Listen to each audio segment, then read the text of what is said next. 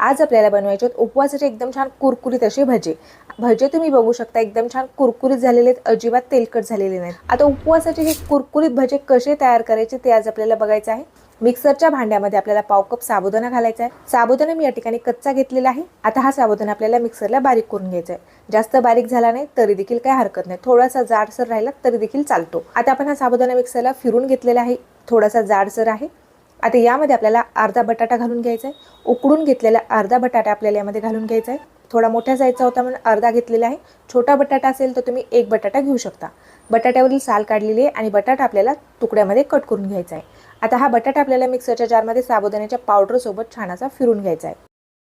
चवीपुरतं मीठ घालून घ्यायचं आहे। त्यानंतर आपल्याला यामध्ये अर्धा चमचा लाल तिखट घालून घ्यायचं आहे। लाल तिखटच्या ऐवजी तुम्ही या ठिकाणी हिरवी मिरचीचा देखील वापर करू शकता। 2 ते 3 चमचे आपण यामध्ये पाणी घातलेले आहे। आता मिक्सरला आपल्याला परत याला फिरून घ्यायचं आहे।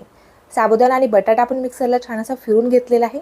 अशा पद्धतीने आपण हे मिश्रण तयार करून घेतलेले आहे। हा साबुदाणा आपल्याला एका मिक्सिंग बाउल मध्ये काढून घ्यायचा आहे। आता यामध्ये आपल्याला किसून घेतलेला बटाटा घालून घ्यायचा आहे। एक मीडियम साईजचा बटाटा आपण साल काढून किसून घेतलेला आहे आणि 2 ते 3 पाण्याने आपण छान स्वच्छ असा धुवून घेतला होता। तो बटाट्याचा किस आपल्याला यामध्ये घालून घ्यायचा आहे। बटाट्याचा जो किस आहे तो आपल्याला या मिश्रणामध्ये छान असा मिक्स करून घ्यायचा आहे। हातानेच मी हे सर्व मिश्रण छान असं मिक्स करून घेणार आहे। बटाट्याचा किस आपण या मिश्रणामध्ये छान असा मिक्स करून घेतलेला आहे। हे पीठ भिजवण्यासाठी आपण फक्त 2 ते 3 चमचे पाण्याचा वापर केलेला आहे, जास्त पाणी मी वापरलेलं नाही। अशा पद्धतीने आपण हे पीठ तयार करून घेतलेलं आहे। आता यावरती झाकण ठेवायचे आहे। एक 5 ते 10 मिनिट आपल्याला हे मिश्रण बाजूला ठेवायचं आहे। जास्त वेळ ठेवण्याची गरज नाहीये, लगेचच तुम्ही हे भजे तयार करू शकता। 10 मिनिटांमध्ये आपला साबुदाणा थोडासा मुरला जातो। आता आपल्याला भजे तयार करून घ्यायचे आहेत। कढईमध्ये आपल्याला तेल छान गरम करून घ्यायचं आहे। मध्यम गॅसवरती तेल आपण छान असं गरम करून घेतलेलं आहे। तेल आपले एकदम छान असं गरम झालेलं आहे। तेलामध्ये मी आता भजे सोडून घेणार आहे। छोट्या छोट्या आकाराचे मी हे भजे सोडून घेत आहे। तुम्हाला हव्या त्या आकारामध्ये तुम्ही हे तयार करू शकता। अशा पद्धतीने आपण तेलामध्ये हे भजे सोडून घेतलेले आहेत। सुरुवातीला आपल्याला 1 मिनिट याला असंच तळू द्यायचं आहे, अजिबात झाऱ्या लावायचं नाही। भजे टाकल्या जो तुम्ही याला चमचा लावला ते भजे कढईमध्ये चिटकलेले असतात, त्यामुळे हे भजे तुटू शकतात। त्यामुळे आपल्याला 1 मिनिट याला असंच तळू द्यायचं आहे। त्यानंतर आपल्याला हे भजे पलटी करून घ्यायचे। तर आता 1 मिनिट आपण भजे असेच तळू दिले होते, तर आपण याला पलटी करून घेऊया। झाऱ्याच्या मदतीने हलक्या हाताने त्याची बाजू बदलून घेतलेली आहे। जे भजे एकमेकांना चिटकलेले ते आपण वेगळे केलेले आहेत।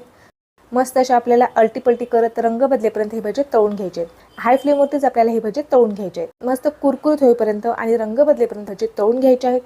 भज्याला एकदम छान मस्त असा रंग आलेला आहे आणि छान कुरकुरीत देखील झालेले आहेत।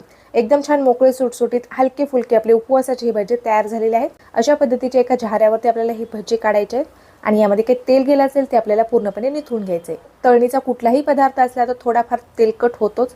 जर तुम्हाला कॅलरीज वाढण्याची भीती असेल तर तुम्ही हे भजे एअर फ्रायरमध्ये तयार करून घ्या। त्यामध्ये देखील हे भजे एकदम छान कुरकुरीत तयार होतील, त्यामुळे तुमच्या कॅलरीज देखील वाढणार नाहीत। आता काही पदार्थ जास्त तेलकट होतात, काही पदार्थ थोडं कमी तेलकट होतात।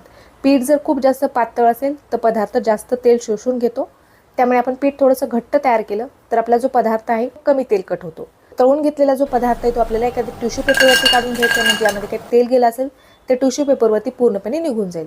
तर या अगोदर मी एक भज्याची रेसिपी तुमच्यासोबत शेअर केली होती, त्याला बरेचसे असे कमेंट होते की भजे तेलकट झालेले आहेत। तर ते भजे मी तळल्यास तोडून दाखवले, त्यामुळे त्याला भरपूर तेल दिसत होतं।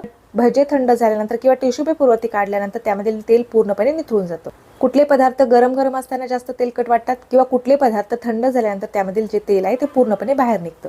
आता आपण बाकीचे भजे देखील याच पद्धतीने तळून घेऊया। आणखीन तेलामध्ये मी काही भजे सोडून घेतलेले आहेत, ते देखील आपण भजे छान असे तळून घेऊया। दुसरी देखील बॅच आपण मस्त अशी तळून घेतलेली आहे। आता ही भजी देखील आपल्याला टिश्यू पेपरवरती काढून घ्यायची आहेत। आता लगेचच ही भजी मी एका जाळीच्या टोपलीमध्ये टिश्यू पेपरवरती काढून घेतलेले आहेत, म्हणजे यामध्ये काही तेल राहणार नाही। मस्त असे आपले कुरकुरीत उपवासाचे साबुदाण्याचे हे भजे तयार झालेले आहेत। चवीला एकदम भन्नाट लागतात आणि बनवण्यासाठी ते एकदम सोपे आहेत। तोंडाची एकदम चवच बदलून जाते, एवढे टेस्टी लागतात आणि कुरकुरीत तर खूप जास्त आहेत। दिवसभर जरी ठेवलात तरी देखील एवढेच कुरकुरीत राहतात। एकदा नक्कीच तुम्ही या पद्धतीने साबुदाण्याचे हे भजे तयार करून बघा। तर अजिबात तेलकट झालेले नाहीयेत, तर एकदम झटपट पद्धतीने तयार होणारे साबुदाण्याचे हे भजे तुम्हाला कसे वाटले ते मला कमेंट करून नक्कीच कळवा। व्हिडिओ जर आवडला असेल तेवढ्याला लाईक करायला विसरू नका। अशाच नवनवीन रेसिपी पाहण्यासाठी चॅनलला सबस्क्राईब केलं नसेल तर लगेच चॅनलला सबस्क्राईब करून घ्या। भेटूयात अशाच एखाद्या छानशा आणि नवीन रेसिपीसोबत, तोपर्यंत धन्यवाद।